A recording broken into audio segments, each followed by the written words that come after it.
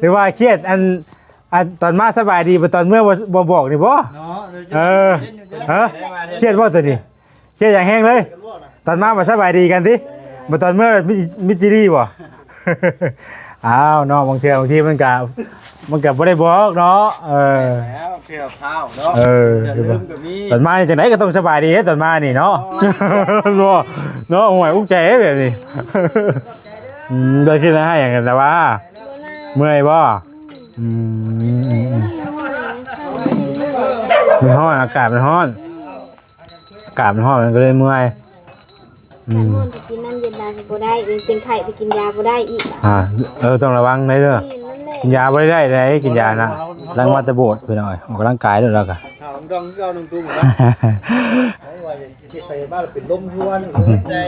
มันเป็นล็อกมั้ยนะน้องอ่ะเขามีกำลังใจอ่ะให้กันมีเวลาตอนคืนนี่ของโมชินไปมันเกินเนี่ยฮะบ่ได้เด้อคนนอนอยู่เปรย์บ่ได้เด้อนอนอยู่เปรย์บ่ได้ต้องเฮ็ดเวียกไงเฮ็ดจังเลยจบเลยนี่น่ะไปจบนะโอ้โหเสียจบเลยอ่ะเอ้าเป็นยังไงนี่เด้อเขาเห็นแล้ว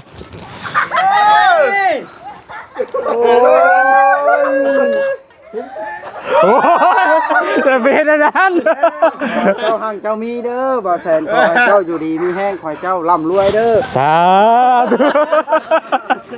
500 บาท500 บาท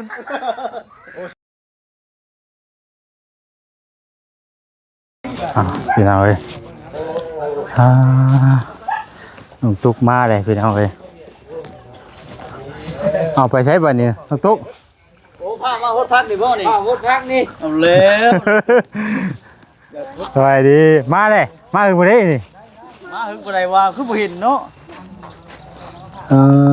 ตัวเป็นยังไงวันนี้เพิ่นมาเฮ็ดข้างกล้วยไปยังเคยมีจีกินนี่เป็นยังไงเนาะยังบ่ทันได้ถามกันโดยยังบ่ได้ถามมันหยังเลยเป็นยังไงบ่ถามไทยมาก่อนยังน้องแต่ยืนคนนี่แท้เฮ็ดตัวโชว์ดิเชอยู่เมื่อยเด้เนาะทุกสบายดีเอากันแน่เบิ่งกล้องน่ะกลัวให้สบายดีกันเลยเนาะ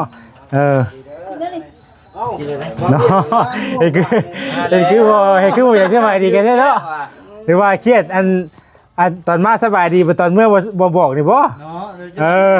ฮะเครียดบ่ตัวนี้เครียดอย่างแห้งเลยตอนมาบ่สบายดีกันสิบ่ตอนเมื่อมิจิรีบ่อ้าวเนาะบางทีมันก็บ่ได้บอกเนาะแล้วเกี่ยวข้าวเนาะตอนมานี่จังได๋ก็ต้องสบายดีตอนมานี่เนาะสบายดีสิได้เอาขนมมาแจกแล้วกินอยู่ว่าขนมนี่เอากินแล้วจับมือตึกเหยียดขี้ขนมมาปั่นคนละก้อนเลยเจ๊กับมานี่เนาะผู้ละชุบกินยังเจ๊เอาขนมมาปั่นทีมงานเลยนะโกโย่แล้วว่ามามือนั่นคือเป็นผู้นี้ว่าฉันนะมาปั่นเลยโอ้ใจเนาะถึงเลขจักนี่บ่ใส่ปั๊มไปดีบ่บอสรับเฮียบอสเนาะโตซ้อนเพิ่นรับเฮียบอสได้เด้นี่โอ้ยเขินอ้าวลูกใช้อันลูกเจ้าน่ะนอนอยู่ใช้อ๋อนอนอยู่พุ่นบ่ไอ้เป็นตัวเกี่ยวเป็นตัวเกี่ยวเพิ่นเนี่ยแนมหาไว้แนมหาว่าตาบ่กินได้เยอะมากกินได้น้อยบ่น่ะวันทีมงานกินเนาะพี่น้องเอ้ยโอ้ยน้ำต้นเนาะเอามาเวียนเนาะโอ้ขอบใจเจ้านี่เงี้ยงามเด้อเอาเลยเอาบ่จิตพวกนี้ยังบ่ทันได้บอกเห็นย่างว่าได้ทางนี้น่ะว่าแสนตัวใหญ่นี่ขอชอบลายก็เด้อแห่งมีลำไส้เอาเดี๋ยวก็ได้โอ้ขอบใจหลายเด้อขอบใจหลายเด้อวัดเด้อก็คือรอเท่นี่เนาะเพื่อให้อันเทืองนะมันเล่นฮักเลยเบิ่งขอสิกินเบิ่งก่อนเด้อเอาวัดไปกินมันกันเลยให้น้องแกนะกินด้วยกินวัดนี่เอาน้องบอยเอา เราไม่พอรู้กันมาตอนเพราะว่าเล่น ไม่บุญเยอะไปหน่อยเนาะน้องแจเป็นยังไงเนาะมูว่าจะแช่กันนอนเสืออยู่เนาะเจ็ดให้กันยังก็ได้เท่เนาะเนาะหวยอุ้งใจแบบนี้ได้คิดอะไรให้อย่างกันแต่ว่าเมื่อยบ่มันร้อนอากาศมันร้อนอากาศมันร้อนมันก็เลยเมื่อยไปกินน้ำเย็นได้บ่ได้เป็นไข้ไปกินยาบ่ได้อีก ต้องระวังได้เด้อกินยาไม่ได้เลยกินยานะมีแต่เจ้าพยายามแบบไอ้จังไรจ้ะเนาะพี่น้องเอ้ยกินเนาะเห็ดคำเดียวแล้วเขาเลยอ้าวว่าให้เขาต้องแจกกินกล้ากินยังไงอ่ะจังไงก็มาเป็นไก่พี่ก้อนมือนี่น่ะโจ้ก้อนโอ๊ยก้อนไว้ก้อนต้องให้ดูวัดบ่มาพักผ่อนก่อนมีแต่คำนั้นก็อาบน้ำพักผ่อนเนาะน้องหนูมิน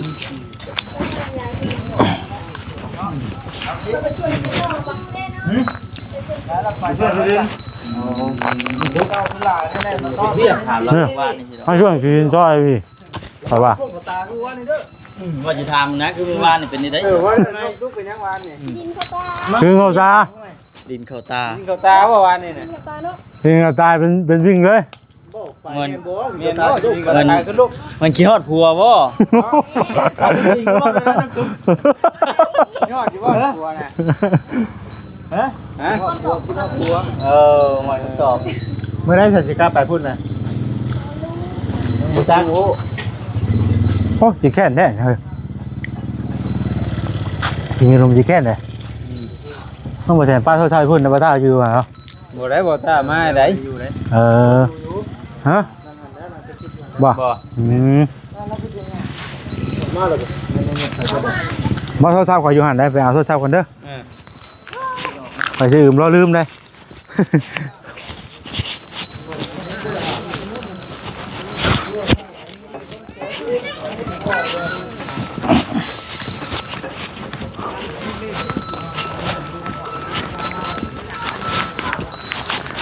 ตัวสบายดีโอ้ยสบายดีไปชะนอมาเล่นน้ำไม่แก้วเดี๋ยวประตูแก้ววะประตูแก้วเราอยู่บ่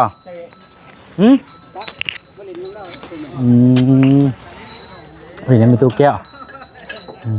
อะไรเคยงามจำเนาะประตูแก้วกันดีใจน้ำเพลินพี่น้องเอ้ยได้เคยงามประตูแก้วก็ได้งามก็ดีโดยอยู่ใกล้นี่บ่อยู่บ้านเดียวกันนี่บ่อยู่ทางนอกพ้นอยู่ทางจะอยู่นอกคุณป่ะทางสะคุณแม่ทางโบสถ์พุ่นไปจัดไปเอาเลยบรรยากาศค่อยคำย่ำแรงเนาะหลายคู่หลายคนเพิ่นกับย่างอยู่พี่น้องทางบอกว่าจะกำลังมากำลังสร้างเขาจะกำลังเป็นเรื่องซ่านพี่น้องเลยเขามีแต่ว่าขอโทษขออภัยนำหลายๆเด้อสำหรับคลิปนี้แกผมมีอย่างไรมีแต่ถ่ายภาพบรรยากาศให้พี่น้องเบิ้งนะครับว่าหยอกว่าหัวกันไปอย่าถืออย่าซ่ากันเด้อพี่น้องเด้อเนาะ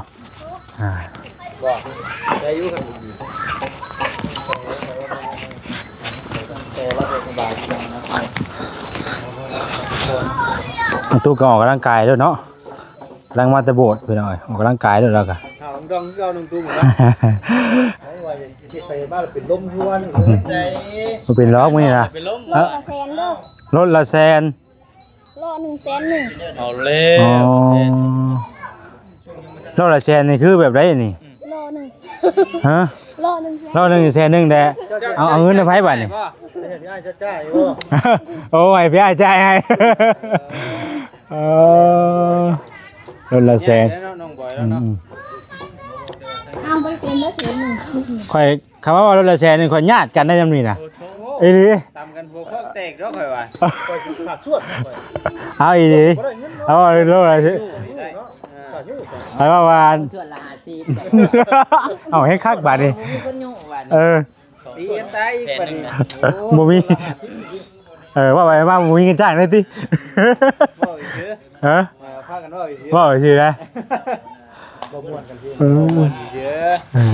บ้ากันน้อยพี่น้องไอ้ว่าม่วนกันนี่แหละเนาะเห็นว่ากันให้ดีก็เอาติ ข่อยก็นี้บ่ได้มาน้ำหมู่ตึกก็ได้เฮ็ดเป็นได้น้องตุ๊กเนาะ ปอใช่ระวังนี้เออเนาะขึ้นบ่ก็ไปเอาวันพุ้นพี่เอาตำก็ได้ว่าก็ได้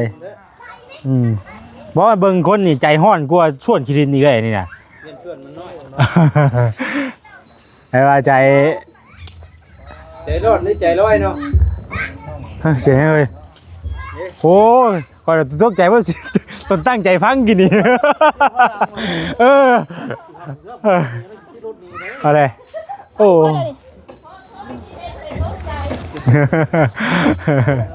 นึกว่าเสียงว่าหลังว่า แม่นจะหาทางไว้เนาะ ตัววิทย์นี่กับปัดโทง่ายเด้ 200,000ลูก 200,000แล้วโอ้ได้200,000แล้ว เดี๋ยวจะเช็ดเมื่อยบ่ต้องตรงนี้เดี๋ยวมันลุกได้แถวนี้หน้าเฮือนนี่ต้นกล้วย เมื่อยก็อดเอาให้จังได้สาเบียกเด้ อยากกินน้ำเย็น อยากกินน้ำเย็นอ้าวอยากกินน้ำเย็นแต่ว่ามีเงินไปซื้อเฮ็ดจังได๋เฮาบัดนี้ โลกติด10,000กีบมีบ่ 50ก็ได้อะน้องเพิ่น พี่น้องคันบ่มีขอโทษได้หลาย ว่าเรื่องโจกอันนี้ไปหาชีวิตเลยเนาะ บ่กล้าแล้ว สายตาเดียวกันได้ ฮะ โจ๊ก ตาเนียมเจ้า ใส่ตาเนาะก็ยังเจ้าในใจอ้ายก็ยังมีเจ้า พี่น้องตัวบ่ทุกคันน้องบ่ทุกคำน้องทุกบ่เอาน้ำไอ้สิหายโลด โอ้จุบอยู่ในน้ำน่ะน้ำเย็นน่ะฮะ แกก็ทำมาดิ อันนั้นแหละ เอาอีกแล้วบาดนี้ ก็ก้อนเด้ บาดก็ซื้อตัวมันเย็นแล้วแล้วเห็นเนาะ หยัดไว้ใหม่ใช่โจ๊กมาให้เลยนะ ปลาม่วนแล้วก็มาจะ2,000บ่ เขาก็เล่งไว้อีกนี่กันแกงฮะเครื่อง น้องน่ะเขามีกำลังใจให้กันมีเวลา ตอนคืนนี่ของโอชินไปมันเกินแน่นเกินแล้วตอนคืนนี่บ่ได้เด้อคนนอนอยู่เปรบ่ได้เด้อคนนอนอยู่เปรบ่ได้ต้องเฮ็ดเวียกได้ ได้เลยนะครับ ฮะ มีแล้วมื้อนี้ครับ ไม่ก่อนเนาะกะมีบ่หลายให้ซ้ำให้ไล่แล้วเฮาก็ได้พี่น้องซื้อน้ำซื้อในกิน แล้วก็ไปสิซ้อนเอาเงินเห็นยังน่ะจบเลยนี่ล่ะไปจบนะโอ้โหเสียจบเลยอ่ะเอ้าเป็นยังไงนี่เด้อพ่อได้ว่าก่อนยังเคลนใบเขียวทั้งนี้ข้าวเชื่อนะวันนี้เนาะเร็วนี่ ให้เจ้าก้อนค่อยนี่ เอาดีบัดนี้เอาได้ฮะ เขาเห็นแล้ว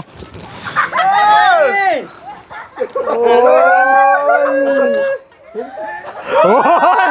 จะเป็นอันนั้น เจ้าห่างเจ้ามีเด้อบ่แสนขอให้เจ้าอยู่ดีมีแห้งขอให้เจ้าร่ำรวยเด้อ สาธุ 500 บาท 500 บาท โอ้2,500บ่หาแก่ได้ หาคู่เอาเองเด้อไปหาคู่เอาเองเด้อ มีคู่ได้เฮ้ยได้แล้วบ่ได้เอาอีกก่อนรถนี่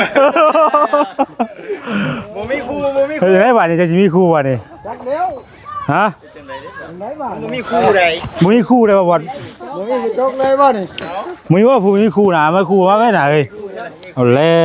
วหันดิงแล้วเอ้ยตัวนี้บ่คู่เฮ้ย ยังบ่แม่นคือโอ้แม่ได้อยู่เลย ไปได้อีหลีเด้อนี่ ฮะ ได้3,500 โอ้ขาดสิหั่งเนาะนี่ ถ้าไปช่วยกับสิมีว่าคนให้ข่อยนี่ จักแล้ว แล้วติดดวงให้ดวงได้สิ ขออยู่นะแม่ช้ำกันบ่ได้สิดอกช้ำกันบ่ได้สิดอก เฮาได้สบายดิ พอแล้วเนาะทุกได้เท่าไรก็คิดนี่นะ เจ็ดชิปเลยเจ็ดชิป ก็ข่อยละ3ปัญหาต่างกันไปแล้ว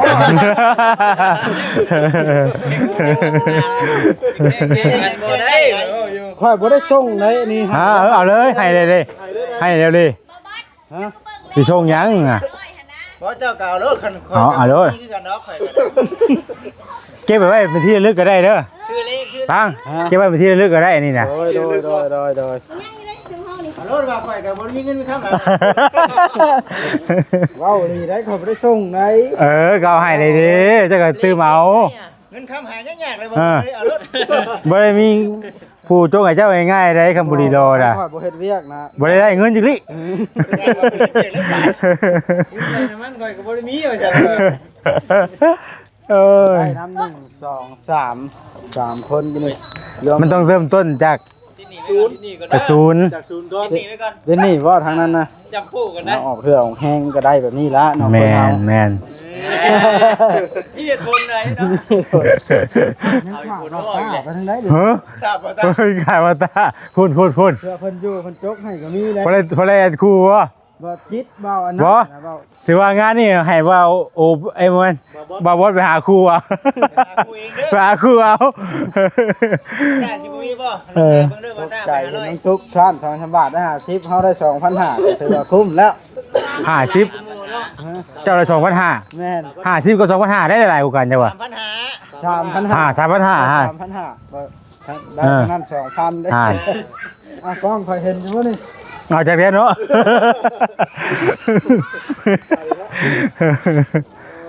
ม่วนเลยแหละเนาะ พอได้กับว่าพ่อกันหลายคนที่กับมวนเนาะ เล่นนี่ยังกินลาบงัว ฮะ มาบ่ทันแล้วกินลาบงัว โอ้เนาะ เจ้ากินเพื่อเขาอยู่บ่กินเพื่ออยู่ดีใจอยู่อย่าทำเรื่องนะ มื้อหน้าก็ได้เด้อมื้อหน้าก็ได้มื้อข่อยสิมาอยู่ ก็ยอกินลาบงัวสิได้เทื่องแล้วซื้อมาโลเดียวทีมน้ำลาวสิซื้อ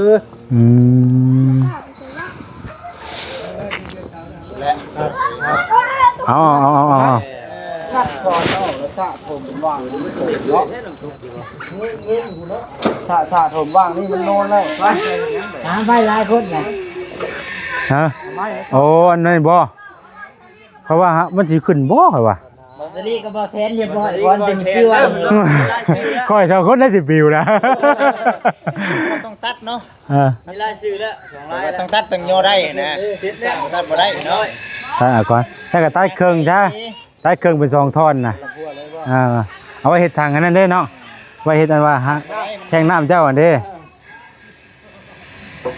เอามาตั้งไว้ทางเฮ็ดน้ำเนาะแทงน้ำน่ะได้อยู่ จะคนก็ขี่รถมา1 2 6เลย6นุ่มอัดปากกระป๋องแต่มีแต่สิพันโล แล้วก่อยตัวเล่นบ่โอ้ยโหดว่ะ เอาไปคันเดียวอ่ะ เอาไว้กันเดียว พระอาจารย์ได้ขี่อยู่ใช้ เอาเพิ่นก็รถเพิ่นเด้เว้ยรถเพิ่นเองเด้ คันนึงไปหาเพิ่นกลับละ กลับแล้ว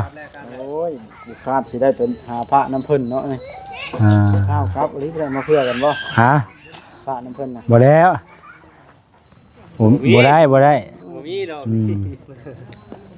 บ่ได้โอกาสหน้าก่อน กันน่ะกันมาน่ะข้าวนี่ได้สิไปนบน้ำ ได้ เนาะบ่เรามากับแบบเฮากับทันหันเนาะแบบว่าผ้าคือกันได้ มื้อเดียว มือกันว่าเด้อข่อยสิว่ามือเขาอันเบาจิตแก้โลนี่ข่อยว่าถ้าว่าพระอาจารย์มาสิขอลายเซ็นเพิ่นว่ะข่อยมื้อเฮือนเลยเพิ่นโทรมาหา ไม่ลี มาดี จนอยู่ดีนี่ ซ้ำเพิ่นหูจัก สะเพิ่นได้ยินข่อยก็ว่าไปยังบ่ได้เอาคลิปลงอีกเลยว่าจิตก็ยังบ่ได้เอาคลิปลงแต่ว่าจักสิว่าได้ เพิ่นว่าแนวนั้นล่ะข่อยมีแนวสิเว้านำเว้าจิตได้เว้าขึ้นโลได้เดี๋ยวนี้นะมัน มันสิท่วงได้วะ มันได้ก่อนมือใหม่ก่อนกว่าเฮ้ยฮะมือใหม่ก่อนให้มือใหม่ก่อนบ่ได้เลยเดี๋ยวเขาเยอะให้หาจะไว้เบิ่งรถเราบ่ได้หลายคนเลยเราบ่เฮ็ด จะเบิ่งบ่ คนเราก็ พอบ่ล่ะมาโชว์เลยบ่นี่ มาอ้างบ่นี่นะ ข้าวโพดล้อเอามา ได้วัดช่องนะว่าวัดช่อง ในวันชองเลย อ๋อเลยไอ้วัดช่องใด เฮ้ยน่ะเนาะพุ่นเด้เนาะ ช่องพุ่นน่ะ นี่คงว่าแชน มีเจ้าของอยู่หรอดิ อ้างก่อนอ้าง เฮ็ดได้เฮ้ยเฮาสิได้แบบนี้อันนี้ อันนี้น่ะเด้อเมื่อก่อนก็มีคุณค่าอีกแบบนึงบัดนี้เฮ็ดมีคุณค่าบัด ขอย่อเนี่ยมันนึง เดี๋ยวเจ้าจะจับถึง ฝากพี่น้อง FC ติดตามให้บ่บอสหน่อยเด้อนี่อยากได้แบบนี้มาบ่ายเบิ่งเป็นของตัวเองสักครั้งหนึงพี่น้องเอ้ย เห็นบ่ อาจจะจับคนข่อยเนี่ย แล้วอันพระอาจารย์เพิ่นเซ็นให้เลย พอได้เช่นมันแล้ว ตัวสิได้ดี ไปได้เช่นพระอาจารย์นำ อยากให้ สม เฮ็ดได้สิบ่ สมปรารถนา ครับ แปรสาธุ แล้วๆน่าได้สิชื่อน้ำเย็นๆมาต้อนมันค่ำเลยมื้อนี้ โอ้มื้อหน้าจะลืมได้ ได้ของเจ้า กูยังบ่ทันได้ ต้องระดับนี้ระดับนี้เป็นสิได้ เจ้ย พอมันแค่จะเฮาคือสิบ่ได้บ่าย ได้คือการ ได้บ่ายนี่ดิบ่ได้บ่ายเป็นของตัวเองนะดูว้าวจิตอุทุมพรแสนวิว เสียงวิวเฮ้ย แสน แสนซับ ครับ โอ้มาเปิดอีกก่อน คนนี้นะจับออกได้บ่นี่ จับได้โอ้ย โอ้ยจับแบบไหนเล่าปล่อยเลยนี่ อันนี้นะมันเป็น เก่งๆ ราคาอยู่แล้วพี่น้องตัวนี้เนาะ เพราะมันเป็นประกาศของเรายันมันลึกนะ มันเป็นราคาบัดยิ่งไล่เส้นทั้งพระอาจารย์เพิ่นบัดยิ่งเพิ่มขึ้นนะ ราคาหิงหลายก้อน แม่น ให้เช่นเป็นกับ คัน มือ สมมุ นี่ ติว่าอันเอ้าแมงมุมกินแล้วตัวนี้ ว่าแล้ว เอ้ามีใหญ่แมงมุมแล้ว เอาคนห้อยไว้เฮือนจนหลายเรือนแล้วกว่ากันแรกจะโดนแล้วไป โดนแล้วสิเอาโลด แต่ว่า มานี่ ถ้าว่าจิตได้พร้อมกันน่ะ แต่ว่า ตะกี้ก่อนป้าจะโดนแล้ว เฮ็ดได้สิได้แบบนี้เฮ้ย เอา เป็นเด็กกับ ถ่ายคลิปไปเรื่อย ผู้ที่ตามมันฮอดนั่นน่ะแม่นรถได้รถ ครับหลี งามบ่มันก็ขายไปได้เลย สะอ่อนเด้ ฮะ ความสำเร็จ ว่าเอาดิไอ้บ่าวอด นี่แหละ ขายไปได้เลย ขายบ่ได้บ่ ขายไปได้เลย โอ้กันมันขึ้นอยู่กับมันจิตใจ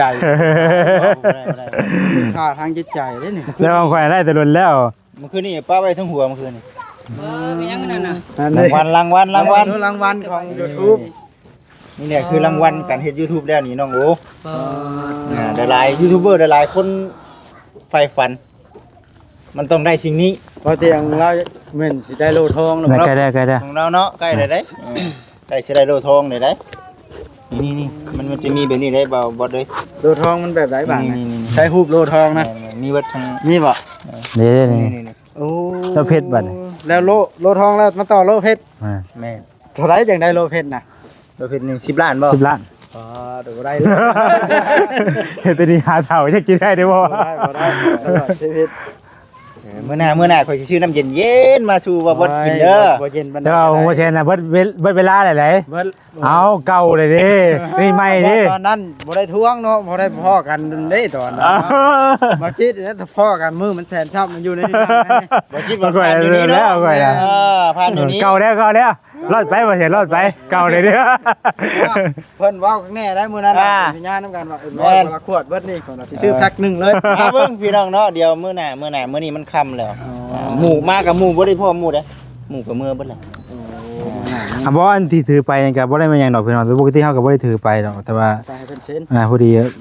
ได้โอกาส เด้อ พระอาจารย์ นี้ตั้งใจน่ะ ตั้งใจไว้ พระอาจารย์เฮาก็เป็นพระที่เฮาถ้าเนาะเฮาก็อยากไปให้เพิ่นเห็นความสำเร็จนั่นแหละให้เพิ่นเบิ่งก็ดีใจเฮาก็ได้หั่นนะ ดีใจน้ำ ไปให้เพิ่นอวยพรให้อีกหั่นนะ จะได้ก็สิได้เหรอเนาะเขาเนาะแม่นจะได้สิได้ก็เฮาสู้ต่อไป สู้ต่อไป บอกว่าจะอยากได้อยากคือโทรศัพท์แล้วให้เด็กน้อยเฮ็ดทางติดตามอยู่ผู้เดียว โอเคพี่น้องเนาะ ไว้ ก็สิประมาณนี้แหละ เอามาก็สิเอามือไว้ให้ เอาเมื่อกับเจ้ากับคือเก่านี่เด้มันมีชื่อข่อยอยู่แล้วนะ ก็สิจดมีเพิ่นใช่แล้ว เนาะ จะชื่อได้บ่เขียนชื่อเพิ่นกันก็ได้ดิ ขอบใจ เขียนชื่อว่าวอดนี่ เพราะว่าค่อยก็ต้องสู้เนาะ สู้มันเป็นของเฮาน่ะมันแบบ เพื่อน มันก็บ่ตื่นเต้นคือกันเนาะเขียนได้กันเนาะ ใจได้เป็นของเฮาเองนะจังว่า เอาได้ทุกคนนั่นแหละเด้อเนาะสู้ทุกคนนั่นแหละ FC นั่นแหละ ว่าถ้าได้หรือว่าอะไรก็ได้ บ่ทราบ เฮาก็คือเฮาก็บ่แม่นว่าตกยนต์ว่าตา ตบยนต์แบบไหนน่ะ โกมูลพี่ บ่แม่นว่าเก่งมาหยังดอกพี่น้องแค่เฮาก็จักสิว่าได้เนาะมันก็ ก็ยังสิได้อยู่คนนั่นแหละ มา ก็ ตั ได้ วนี้ก่อนอื่นก่อนสิจบคลิปก็เดี๋ยวมาอธิบาย FC ก่อน FC หลายๆคน หมายว่าเอามาอวดมาอ้างมวยนั่น มันก็คอมเมนต์ถูกอยู่ได้เบาจิตบ่ซั่นถึงเจ้าสิได้รางวัล100,000ซับก็ตามแต่คนบ่เบิ่งเจ้าก็บ่ได้เงิน แม่นความ FC ได้ตัวนี้บ่เถียงได้ตัวนี้ แต่ว่า แค่ตัวนี้น่ะมันเป็น สำเร็จตัวนี้นะ มีค่าทางจิตใจซื่อ ก็เป็นความ FC อยู่ แต่เฮาก็อยากได้อยู่ ก็ยังอยากได้ ถึงสิบ่ได้เงินก็ดีใจพี่น้องฮอด100,000ซับฮอดได้รางวัลเด้ก็ถือว่าสู้มานํกันกับทาง FC เนาะนั่นแหละจังว่าเอา เพิ่นไล่ย้อนพ่อแม่พี่น้องเพิ่นนั่นแหละเพิ่นติดตาม ว่าแสนว่า เริ่มต้นก็มีแต่ข่อยกับบ่แสน เริ่มต้นฮิต แม่นบ่ตารัดคิ้วบ่ตาน่ะ เฮ็ดลำหลังหมู่ผ่านจวดแต่ว่าตกยนต์กมุนบ่ผ่านไปแก้ไขใหม่ แก้ไขใหม่ทั้งเบิ่งว่าสิได้บ่ของเพิ่น สิได้อีกแล้วเนาะเออ ก็ดีใจนะ อย่าว่าฉันว่าสิเด้อบ่ได้ว่าเอามานั่นนี่พอดีเพิ่นเอามาให้เบิ่งเนาะ หมู่ก็รุ่นนํกันอยู่เนาะ พอดีถือออกมานำแน่มื้อนี้ก็ได้พี่น้องเนาะอย่าว่าฉันจังซี่ มา เฮาก็บ่ได้ว่าเอามาอวดมาอ้างดอกพี่น้องเนาะมาให้พี่น้องเพิ่นเบิ่ง อยู่หุ่นเพลงเลย ไปได้โอเคพี่น้องเอ้ยจังไดก็ได้จังว่ากันอีก พอดีมีโอกาสได้พาอาจารย์เพิ่นมาแล้วก็ถือออกไปนำพี่น้องเนาะก็เลยเอาโลยังออกไปนำ ใช่บ่ครับกินในบัดนึง เนาะ กินในบัดนึงกินนึงเด้อ ต่อถ่ายรูปแล้วบ่จิต ไปขอตัวไปก่อนพี่น้องเนาะอยู่ดีมีแห้งบ่สุขสู่คนผิดพลาดจังใดก็ขอโทษขออภัยเอาสู้ๆเด้อวอเด้อยังสิได้คือกันนั่นแหละเจ้าก็ผู้ติดตามได้เท่าไหร่แล้ว โอ้ยได้50,000ป้ายนี่ได้ โอ้ยใกล้แล้วซั่น ได้ นี่ บ่ ใกล้แล้วแล้ว ขอนเด้ไกลมาไกลครึ่งเด้อไกลครึ่งเด้อ โอ้ได้59,000 หันเด้มันสิไกลครึ่งเด้อหั่นจังหน่อยก็ได้อยู่พี่น้องเอ้ยเนาะ เกือบสิได้อยู่เบิ่งแล้ว นี่เด้ อันนี้พี่น้องเอ้ยเนาะ 59,000 โอ้สู้ๆเด้อ โดยตามที่บ่แซนไม่ได้ตามนำเด้อ เลย ไปขอตัวลำลาไปก่อนเนาะสบายดี